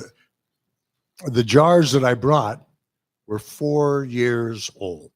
The wonderful thing about these peppers is that they're pickled, but then they're completely drained of all the vinegar brine, so that when they're packed in the oil goes into the cell structure of the peppers, because all the hydrogen molecules have been vacated out of the Uh-huh. peppers. So they tend to get better the longer they age in the jar. it's like my Cougar Gold. I have get like the cheese. 11 cans of Cougar Gold in my fridge, different vintages of Cougar Gold. I look at them longingly every time I'm at your house. So you founded your company in 1992, and then you were the majority owner for 21 years. Right. And so where are you at now? Well, then I was the minority owner, Mm-hmm. and then it's just sold again, and I am now being brought back into the business. They realized they just couldn't quite do it without me. So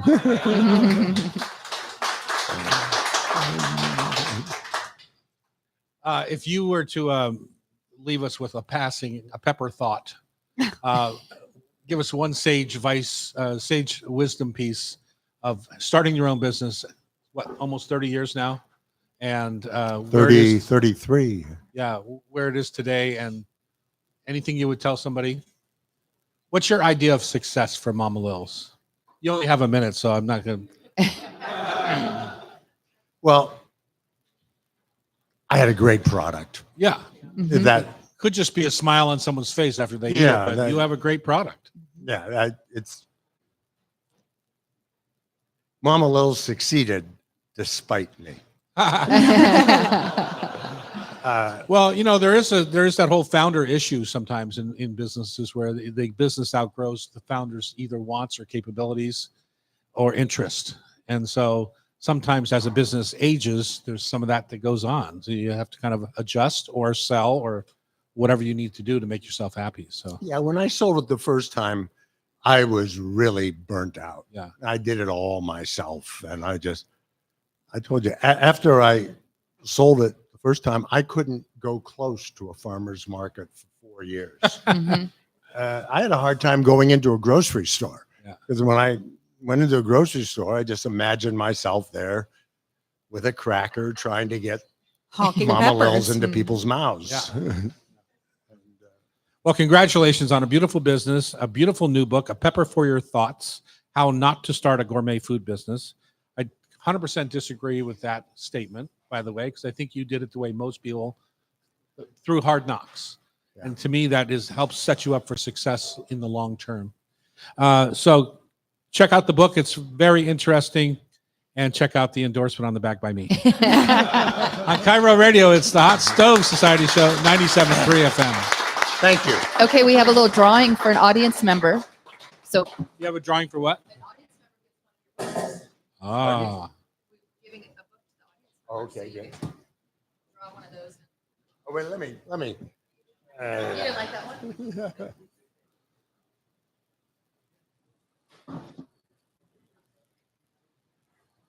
Now give me again. Someone that doesn't already have it. Gotcha. Stacy Chung. There you go, Stacy.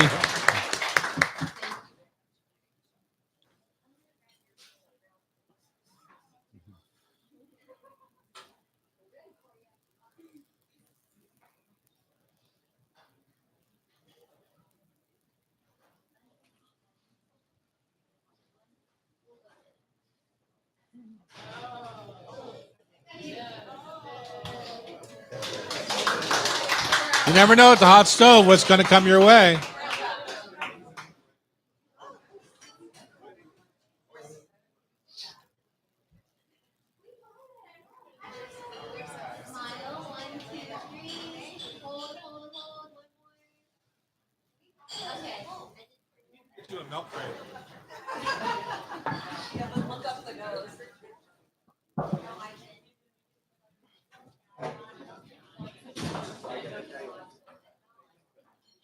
Hey, Annie, can you come here for a sec?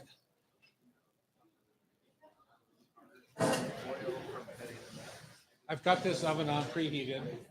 You just follow the directions. I've been here before. Right on the mic. I've been here before. I know. Hear what I said? Best Buy 2017.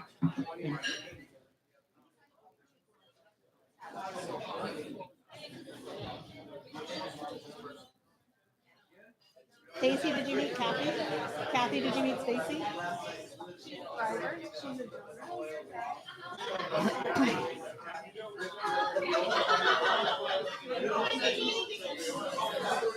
Patty's a packer. All right, we're back here in the kitchen on the Hot Stove Society Show. People are having a good time. Stacy just won a book here called A Pepper for Your Thoughts. And we're going to get into Nichelle Hilton here pretty quick. I just want to say one thing. Annie's going to put I brought in a loaf of the gassed bread from Essential Baking. Mm-hmm. The reason I spurred my memory is I saw it again at Costco when I was there 2 weeks ago, and it Okay. spurred my memory. I think I have a couple of these loaves in my cabinet in the garage. And sure enough, way in the back, there are these loaves of bread that are 8 years old. And you think about what bread should look like 8 years old, Mm-hmm. and then it looks like it's stuck in time. And so we're going to try it today to see if what Arthur, the owner of Essential, told me would last forever. Great. So we're going to try it today, and Annie's going to put it in the oven for us. So the directions are: take it out of the gas pack, put it in a 425-degree oven. Do you brush it with a little water, Annie? Or do you or not? What's the directions say? Just follow the directions on the pack, because I want to see how this works. And if we'll see if we like it. Great. Your mother said it didn't make her feel so good the other day, and I said that it's not the bread. It's the new puppy dog. Oh, The realization that you have a new baby in the house. No water. Okay, good. All right.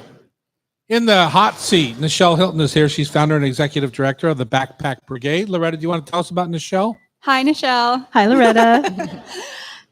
Nichelle is the amazing founder of Backpack Brigade, which I have been fortunate to be on the board of for almost a year now. And I actually met Nichelle at Hot Stove. And through our beloved Chef Thierry, who had gotten connected with Backpack and brought them in to do an event here. And right after this show, we're going to have our third annual little cooking competition. And yeah, Nichelle has kind of spearheaded this amazing organization starting in your garage, I think, probably or metaphorical garage. Yes. 12 years ago. For the last 12 years. Yeah. And it's just, unfortunately, the need is getting bigger, but Backpack's capacity is also getting bigger. So We have seen almost a 25% increase in requests this year since the start of school. As we're winding down, we have over 200 kids on the wait list still. We're going to break for summer and hopefully get them all taken care of this fall. Nichelle, what was the organic beginning of this? Did you have kids in school and you saw their friends going hungry on the weekends, or No, what we were was the running. impetus? of Yeah, we were this? running a food bank, and I went to a okay. training that did a documentary called "A Place at the Table," and it talked about weekend hunger, and it followed 3 families on SNAP, and it talked about food deserts, and they were getting weekend hunger from a church. And they interviewed this little girl and they said, "How hard is it to pay attention in school when you're hungry?" And she said, "Really hard, because I picture my teacher as a banana." Once I heard that statement, that was the end of it. I went down a deep rabbit hole. I went to the school next door. I said, "Is this an issue? We're in Seattle. We have food banks, meal programs." And they said, unfortunately, yes, that there is a percentage of kids that rely solely on the free breakfast and free lunch. So for them, they may not have access to any food. So from Friday lunch to Monday breakfast is a long time with a little belly and a big growl. So I was like, I got to do something. Uh-huh. So I just scooped some food from the food bank and walked back to the school and put it in 8 backpacks, and a program was born. Oh, interesting. Yeah. As you continue this project, 12 years now, you said, Yeah. Things have changed, A lot. and things are changing rapidly at the very moment that we live in, Yes. with funding and lots of issues around SNAP and WIC and Yes. all of the food programs around the country, federal Dollar reserves. Support. Yep. Yeah, the food banks rely on, whether it's a Yes. 50-pound box of peanut butter or whatever that happens to be. Absolutely. As being on the board of Food Lifeline for 30 some years, my sister is the executive director of the Tacoma Emergency Food Emergency Network. Food Network down in Tacoma, Pierce County. Yeah. We know a lot about this, Right. and until you showed up in our room, I really had no idea about what you were doing, other than I knew it through our director meetings at Food Lifeline that Mhm. this need was there. Yeah. Yeah. It is so overlooked because people picture a family that's getting supportive services, food banks, SNAP programs. But what we actually focus on is the child who may not have a parent in their life that is emotionally or mentally able to parent. So we target 3 populations: the MKV, which stands for McKinney-Vento, that identifies homelessness in school districts across America with inadequate nighttime residence. So these are kids actually on the street, in a car, in a shelter, hotel, or doubled up. And that's our first priority. And our next one is unaccompanied minors. Now, people do not realize that we have over 1,000 unaccompanied minors in Seattle. Those are children over the age of 12 with no adult in their life. They have no legal guardian. Mhm. And this happens for a variety of reasons: a lot of immigration, a lot of foster care, a lot of runaways, but they're navigating this by themselves. And our third population is the free and reduced lunch families that are getting from a penny off all the way to free. And for them, they sometimes could be more food insecure because they do have a house or a job income, so they don't qualify for supportive services. But something in their life is making them have to choose between rent and food, medicine and food. So those are hard choices. And so for those 3 populations, a lot of time there is no food for the child to access. So having 3 breakfast, 3 lunch, 3 dinner, and 3 snacks in a bag that they put in their backpack that they have to feed themselves. So that's Friday night, Saturday morning, Saturday night, Sunday morning, Sunday night. And then they're back in school Back for their in school free Monday, breakfast yeah. and free lunch for the Uh-huh. rest of the week. Yeah. There's it feels to me, for the first time in my lifetime, a real overwhelming sense of apathy out there from our government leaders about Sure. the needs. Yes. And when I was on the Food Lifeline board, it was, government funding, it was a big part of our budget because in my opinion, it's our job to take care of our neighbors. Yes. And I don't care where they come from. I mean, I do. I'm not for illegal immigration. That's got nothing to do with it. It's about taking care of the people that are here, whether they're, orphans, foster kids, whatever it happens to be. They're my neighbors, and I need to help in that process. What the apathy must just be killing you right now. It is. I want to say, are lucky enough to say that we don't have any federal funding right now. So we did not see cuts, but a lot of the partners we work with in food banks have seen it. The entire AmeriCorps program was cut for a lot of our summer programs. So they're seeing a deep impact there. We think of that as such an important part of what we do in the caring for other people. It's hard to teach empathy. And so we have to remember that this investment in these students today to get them at the same advantages, the same opportunities, to keep them at grade level. The number one percentage rate of having to repeat a grade or dropouts is the MKV population because of the consistency of going to school, to have transportation, to have the ability to do homework because they don't have the energy, they don't have the access to skills to do so. But for them, if we invest, give them the opportunities for education, have doors open, they will, before we know it, be part of our community. And we want our community to be completely happy, healthy, and contributing members because we all benefit from that.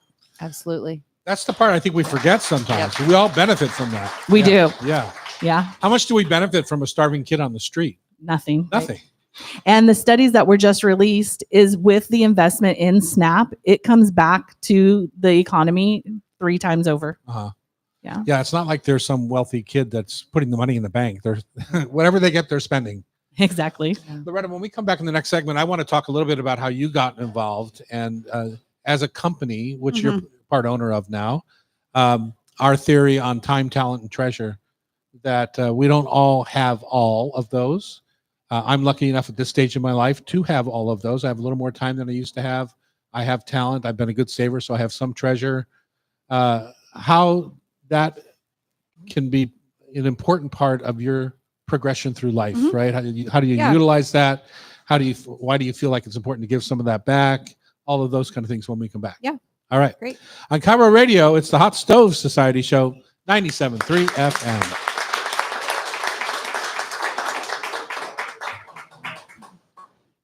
All right, we're back here in the kitchens, here at the Hot Stove. Our audience doesn't have to sit through the commercials, so they're not really sure when to clap. Loretta, before the break, I talked about our 3 T's, and it's one of the principles that I've grown our company on over the years, because we've always felt as a company that we want to be part of the structure of society and not necessarily just scraping the cream off the top. Yeah. We want to be a pillar of our community. Mhm. And one of the things that we also do as a company is that when our teammates do things that we're proud of, like they volunteer their time in a certain area, or sometimes it's an animal shelter, sometimes it's a food shelter, so that we support them in that way. So what made you choose to give your time, talent, and treasure, and any one of those to the backpack, and why is it important for a young executive like yourself?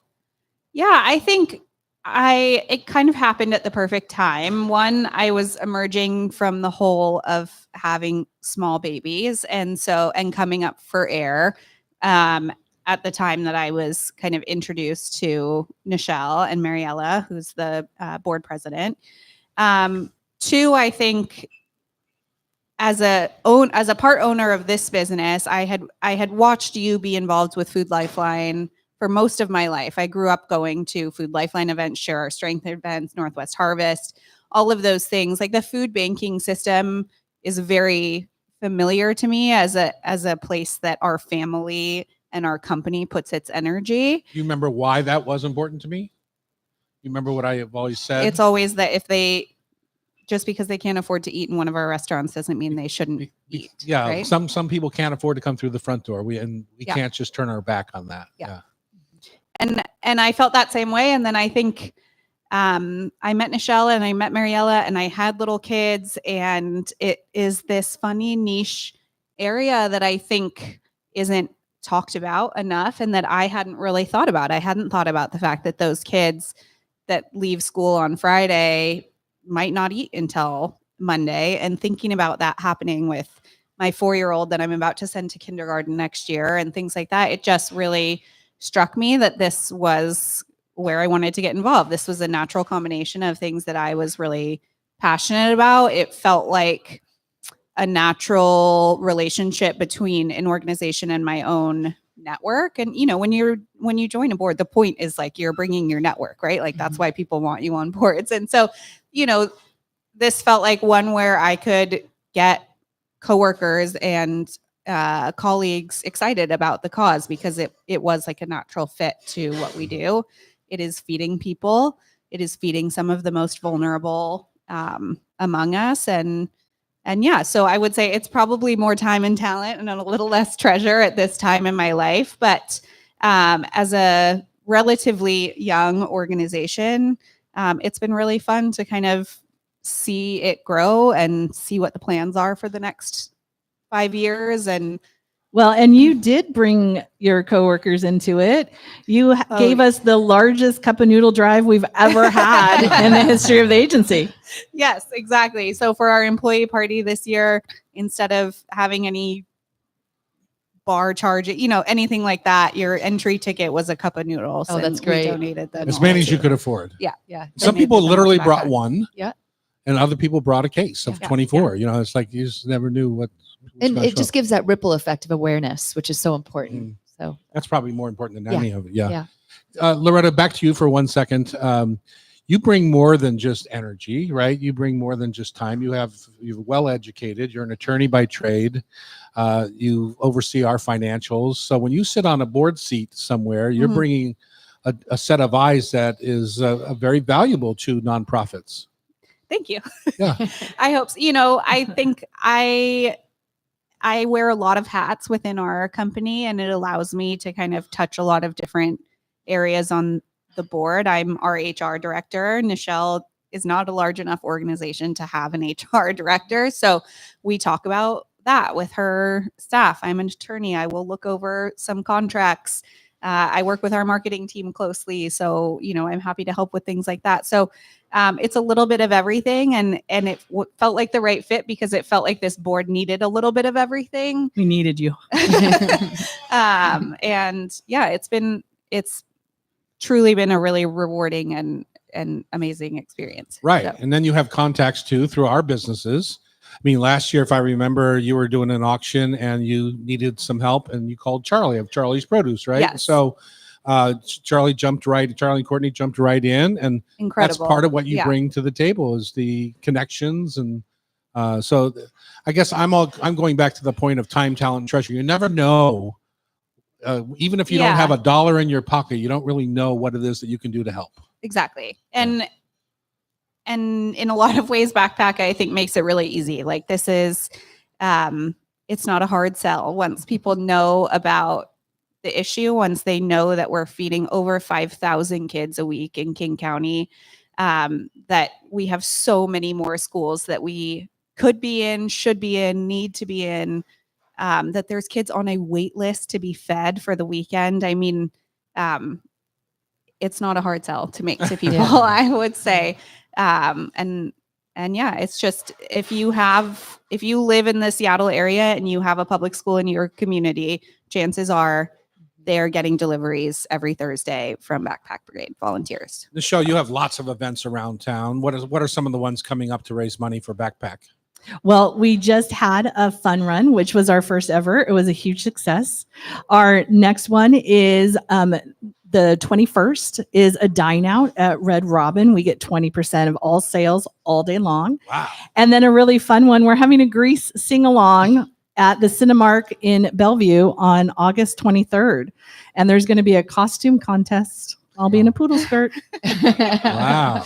She planned this event just so she could wear her poodle skirt. Yeah. I'm a pink lady. And then, yeah, we have the big winter gala Yep. is December 4th. Fourth, That's like yep. the single largest fundraising event of the year. Last year, we blew Blue. our expectations out of the water, Right. which It was so an exciting. incredible Thanks to feeling. Charlie and Courtney. Thanks to Charlie and Thanks to Charlie. Courtney. I mean, to so many. And yeah, if there's so many ways to get involved, they have volunteers that pack the bags. They have volunteers that drive the bags to schools. Yep. They have 65 drivers. 65 drivers, corporate volunteer groups. We have board committee. I mean, if you want to be involved, there is a place for you to be involved. Becky, I think in. of you and your book clubs and things like that. Mhm. Wouldn't it be a fun little outing for your book club to kind of go do this for? Absolutely. It's not like you have to do it forever. No, You no. can- It's just we've done Yeah. it at Food Lifeline. We Yeah. gather a bunch of people, and Yep. the volunteering. It's again, it has that ripple effect. It and it's- does. It's one of community those building. things when a group comes down and they're there for 2 hours. And if there's 10 or more, you're doing 10 tables, which feeds 700 kids that week. Wow, So direct impact. wow. So if I we just want, want everybody to know also, like the cost of this, it costs $7.50 to feed a child for the weekend. This is the fruit is so low as far as financial investment in getting these kids fed, and the need is so big. Like this is not I hope it's millions and millions of dollars in the future, because that means we're feeding so many kids. But right now, to fulfill our promise to the 5,000 plus kids that we have, like it's not that big of an investment, and it's so vital to Yeah. Yeah, and that's for 9 meals and 3 snacks. And we have 8 different menus to meet the dietary, cultural, and religious needs of the students we serve. And so we have a $1.5 million annual budget, and $1 million of that goes to purchasing food. But in turn, in 2024, for that million, it fed 150,000 children, and that turns into 1.37 million meals. Yeah. Yeah.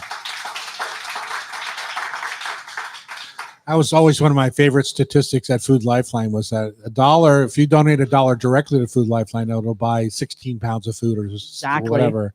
If you take $1 to Safeway and buy the food directly, you know, it's get one not- can of beans. One can of beans. you Yeah, know. it took us a long time to get to this ability to save the money by the bulk purchases. Uh-huh. So we actually have a coalition that brings together everyone who does this work in Seattle. And now we sell our product that we are able to get at discount to other agencies so they can save the money, because being the largest, we took that as a responsibility. And some have a church program with 50 kids they're feeding in the basement. They're paying a lot more for their mac and cheese than we are. So Right. they can buy directly from us and get that discount. And sometimes it's like 50 cents an item. And so if their budget can go further to feed more kids, that helps all of us. Yeah, exactly. Well, thanks for your time. Thanks for your efforts. Thanks for having me. We'll see you after the show here in the kitchens as Yes. we do our little Competition. backpack brigade event. Mhm. I don't think of it as a competition. oh yeah, he's just setting the stage. Well, Uh-huh. you better get ready, because I'm pretty sure Brock and ET think of it as a competition. That's all right. I have Amy and Rashida on my team. And you have the kids shoe chefs again this year. Oh, that's right. That's Yeah. right. The kids are my coworkers. Actually, I'm going to let them take the lead this year. This year? Okay. I'm going to take a break. All right, up next, it's time for Food for Thought Tasty Trivia, brought to you by Rub with Love Spice Blends and Sauces. You're listening to us on Cairo Radio. It's the Hot Stove Society Show, 97.3 FM. Good job, Michelle. All right, let's try that bread. Everyone wants a little slice of that bread. Doesn't everyone? 8-year-old loaf of bread. 8-year-old.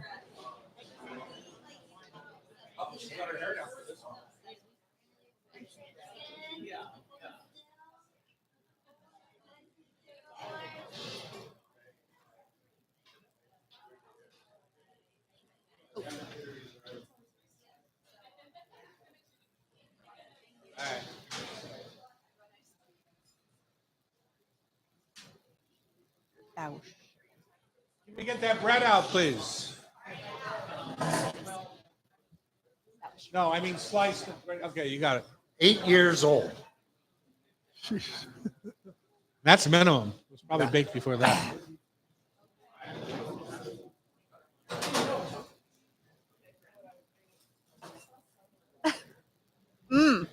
Wait.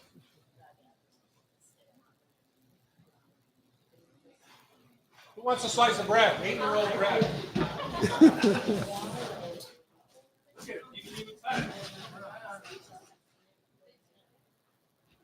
So that was, it's only partially baked when, but It's not one of those breads that you finish. Smells weird.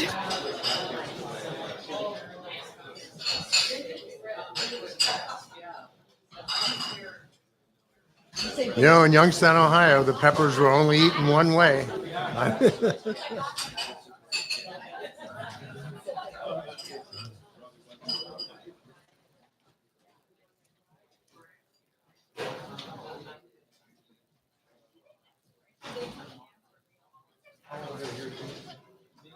I agree.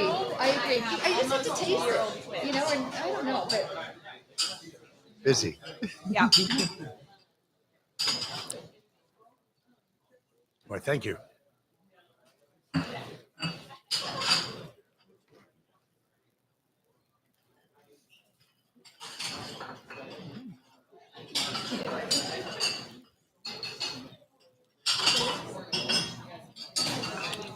Needs butter. Mama Lil. It smells like. Yeah. Sour. So many. I've done so many events. No, I don't. You mean Yeah. the Share Our Strength event?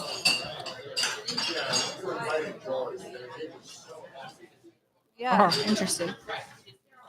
Good morning, Lars. How are you? I was very impressed with you, Mike.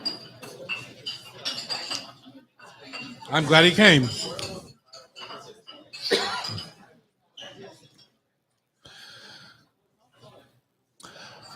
Welcome back to the hot stove. Whether you're grilling for your dad on Father's Day or gifting him. Okay, hold on 1 second. Are there any You peppers wanna do left to put audience on thing? this bread? Hold on 1 second, please. What? All right. Welcome back to the Hot Stove Society. Whether you're grilling for your dad on Father's Day or gifting him his favorite spice rubs, you can pick up Rub with Love at your local grilling stores like Johnson's Home and Garden in Maple Valley, all 5 McClendon hardware stores, Ace hardware stores in Gig Harbor and Yakima, or Ranch and Home in Kennewick. Who knew? Amongst 5,000 other locations for our products around the country. All right, one little thing. I just put out the 8-year-old loaf of bread from Essential Baking. Well, you're laughing. You're not even trying it? And what'd you think? I bet it is. Doesn't taste bad, right? It's like a little sourdough. It needs a little butter. Needs a lot of butter. But isn't it surprising, though, a little bit that it's 8 years old and that it's still edible? Yeah. Anyway, I just saw this at Costco the other day and it reminded me that I had shoved some in a cabinet somewhere. Real quick, Michelle had something to say. I totally forgot, Tom. When you mentioned our auction, you donated a coconut cream pie during a dessert dash. Uh-huh. That went for over $8,000. Oh, I love that. Love So that. time, talent, and treasure right there. Thank you. Thank you. Pleasure. You know, that pie has raised over $1 million for charity over the years. That's special. Yeah, it's super cool. Let's see. Becky, let's Yes. play our trivia game brought to you Okay. by Rub with Love. And let's see if I can win it. We have a special guest here, Howard Lev from Mama Lil's Peppers. And we're excited to have you on. Each of you will get 5 questions, and the winner will pick out someone in the audience to get a 3-pack of Rub with Love spices. Great. I just ran out. Great. All right, we're going to start with Loretta. But first, I want to tell you this is written by Carol Bausch, our beloved Rub with Love manager. Manager. Yeah, so she's these fun Oh questions. boy. Okay. I know. So I feel like Carol's are going to be hard. I she feel had like you're some correct. Yeah. All right, number 1, name the restaurant chain whose slogan is "It's here, in here, it's always Friday." TGI Fridays. You got it. Oh, Carol. Come Carol. on. Thanks, Carol. Number You got a 2, buzzer? when cooking and baking at over 3,500 feet, what 3 adjustments should be made? There's 2 options. 1, you cook using the top oven rack, never use aluminum foil due to the chemical reaction, and you reduce the cooking time by 5%. Or, yeah, Carol, woof, you increase the oven temperature, reduce the leavening agent, and increase liquid in your recipes. Yeah, B. It's the second one. You got it. You have to. I only knew that you had to increase the moisture. So She once had- that was in there, You knew that. She had a third one, but I thought it was going to be too Yeah. long. Okay. Number 3, What fast food company serves the Frosty? Wendy's. Wow. Good job. Carol knows that Loretta goes first, and so she's just kind of buttering her up right now. Yeah. Oh, we'll find out. A local candy company just changed its name to Mave after 30 years. What was its previous name? What is it? Maeve? Maeve. Maeve is a Irish warrior queen to reflect strength, imagination, and impact, led by CEO Jean Thompson and her daughter Ellie to honor women-owned I businesses. think I know. I don't know. You said 30 years company? Uh-huh. Oh, maybe I don't know. I was thinking Brown and Haley. I don't know. I Seattle don't know. Chocolates. Seattle chocolate. Yes. Okay. Yeah. Good question, Carol. Okay, final question. In honor of Father's Day, she wrote you guys some dad jokes. So here's your dad joke. What do you call a fake noodle? A fake noodle. Hmm? I don't know. A faux pasta. Faux pasta. Well, that's cute. Impasta. What? Impasta. Impasta. Impasta. Ah. But I liked your answer. 3 out of 5. Okay, Howard, you ready? Maybe if I can hear. Okay.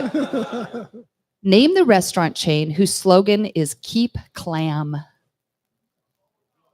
Ivar's. Ivers it is. Good job. Number 2, true or false? Baking powder contains baking soda. False. It is actually true. Baking powder contains baking soda, a dry acid like cream of tartar, and a starch like cornstarch, so it doesn't require the acid to activate like baking soda does. Who knew? Not me. Carol. Carol knew. Carol knew. Number 3, what fast food company serves the Blizzard? Loretta. No. These are for you.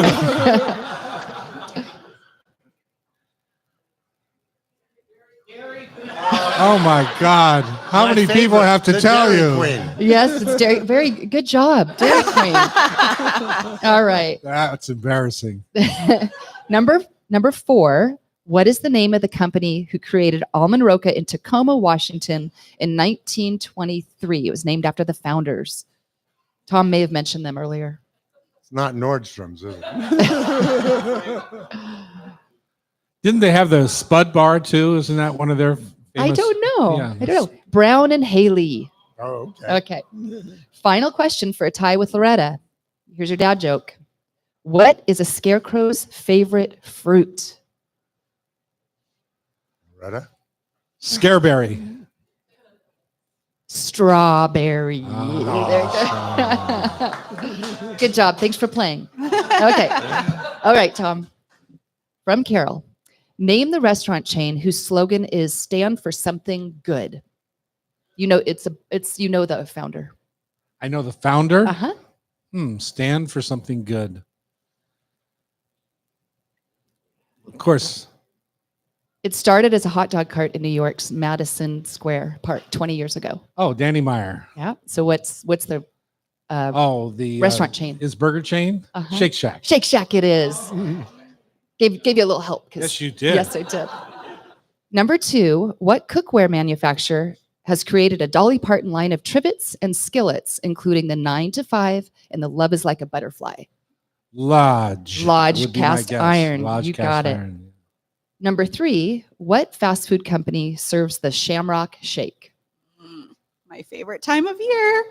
March, Shamrock Shake time. Is it McDonald's? It is. Yeah. Thank That's you, your Loretta. favorite? I love the Shamrock Shake. Really? It's like a tradition. All right, number 4, what is the name of the candy? Does it come with a McRib? No. I don't know why that's beyond my trashiness, but the Shamrock Shake I is gotta tell right you- in right there. there. The other day I was really hungry and I went to McDonald's. This is right by the warehouse, and I had a fish sandwich. Yeah. A bomb. Yeah, they're Really? good. Yeah. Oh. 2 bombs. One is the bite of the fish, and the other is the tartar sauce down the front of There my you go. shirt. Messy It bomb. looked like a seagull had pooped on me. All right, number 4. What is the name of the candy created in 1918 at Frederick and Nelson's and later sold to Marshall Fields in 1920? That is too easy. Carol's loving you. Yeah. The Frango. The Frango. Yeah. Okay, your dad joke for a full I don't even score, have to answer the last one. but you're going to like it. Okay. What do you call cheese that is not yours? Oh, Remember- Carol. Because you used to give Carol Terry knows this. he makes this joke constantly. Uh-huh. Well, it's a little No, different. that's nachos. It's not Joe's. It's mine. So that's not the answer, is it? It is Nachos is na- not cheese. Nacho nacho cheese. Oh, nacho cheese. Yeah. Yeah, that's like well, what I regardless, you won. said. Yeah, there you go. Okay. Where's that bowl of names? I'll pick one out of that bowl. I threw them away.